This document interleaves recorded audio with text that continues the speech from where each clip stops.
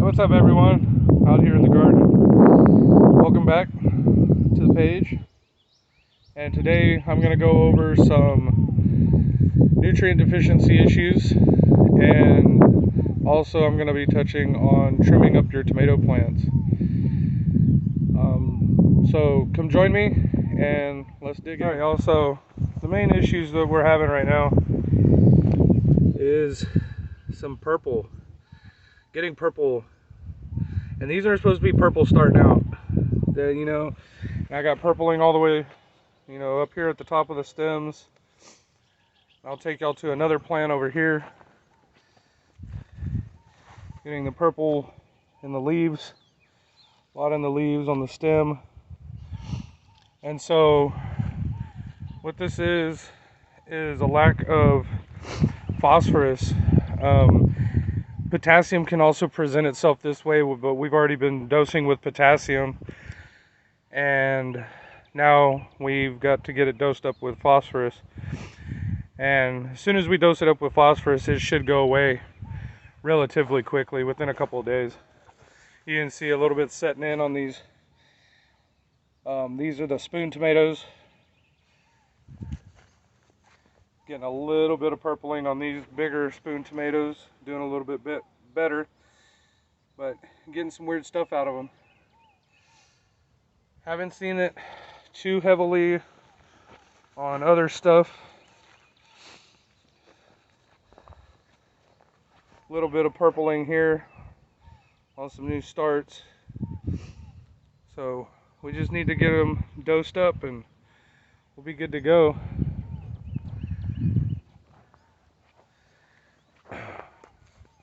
So what I use for this is Tiger Bloom. You can also get rock phosphate to get some phosphorus in there. Potassium, your liquid seaweed. That helps with the potassium. That's probably the best stuff to use. That's all I use. So I'll get a bottle of it, the Tiger Bloom, and I'll show you the bottle. Alright, y'all, here's the Tiger Bloom. I just went and picked it up at HEB. This is by Fox Farms. Great product. I love it. Any of Fox Farms stuff is really great. I use their Happy Frog to do all my seed starts. But anyways, I'm gonna get these dosed up and I'll come back and we'll go over trimming, because as you can see, some of my bushes are out of control and need to be trimmed up. Even the ones that I hit last week, or maybe 2 weeks ago, I need to trim out some more out of the bottoms. So give me a little bit, I'll be right back. Alright, y'all, I'm over here. I'm gonna try and do this and try and get as much in here as I can for y'all to be able to see, because unfortunately I'm out here by myself and hard to get shot from over there and see it from over here. So what I like to do is, let's get these up out of the way. All this undergrowth, we gotta find the main stem. We gotta get it out of here.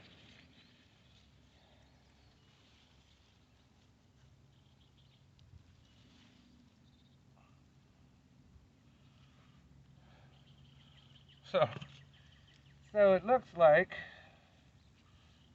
my main stem is actually starting to root again over here. So let's get in here.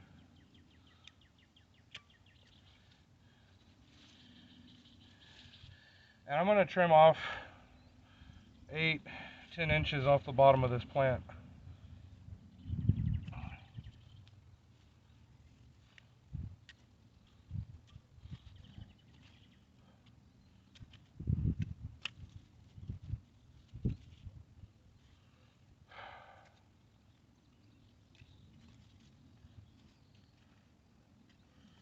I can also tip my branches like this. They don't have to have all their leaves. You can cut them back a little bit. Not gonna hurt anything. Not gonna affect the way they grow.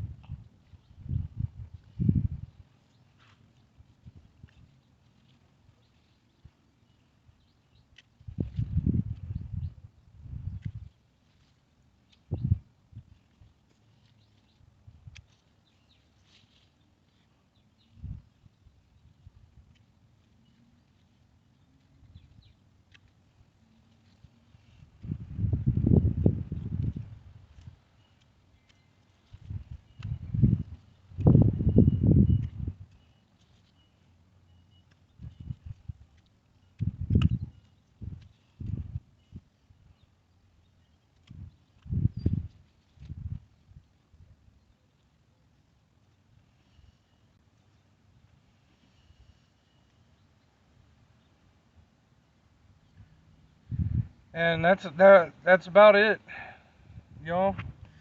I'll bring y'all in closer.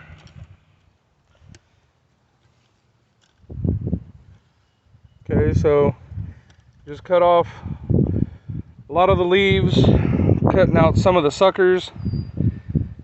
And in case y'all aren't familiar with what suckers are, you can see this right here looks like leaves, but if you look, the leaf used to come out right here. I cut it off, and now the sucker is coming up here. Anywhere there's a leaf joint, like right back here, big long leaf, this long, little sucker coming out. Now, some people argue cutting the suckers, don't cut the suckers. It's your preference. I like to do it. It helps keep my plant a bit more manageable, and not so wild and crazy.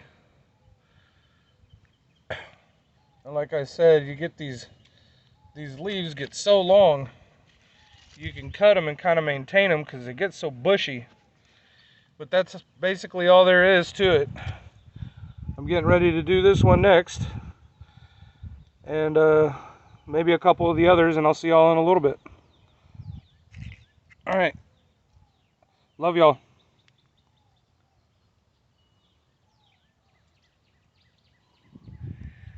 Hey guys, I gotta make it quick, my phone's dying. We just wanted to show you the after results of the 2 beef steaks. Those are what we just trimmed out all the lower leaves on. And they both want to go that way.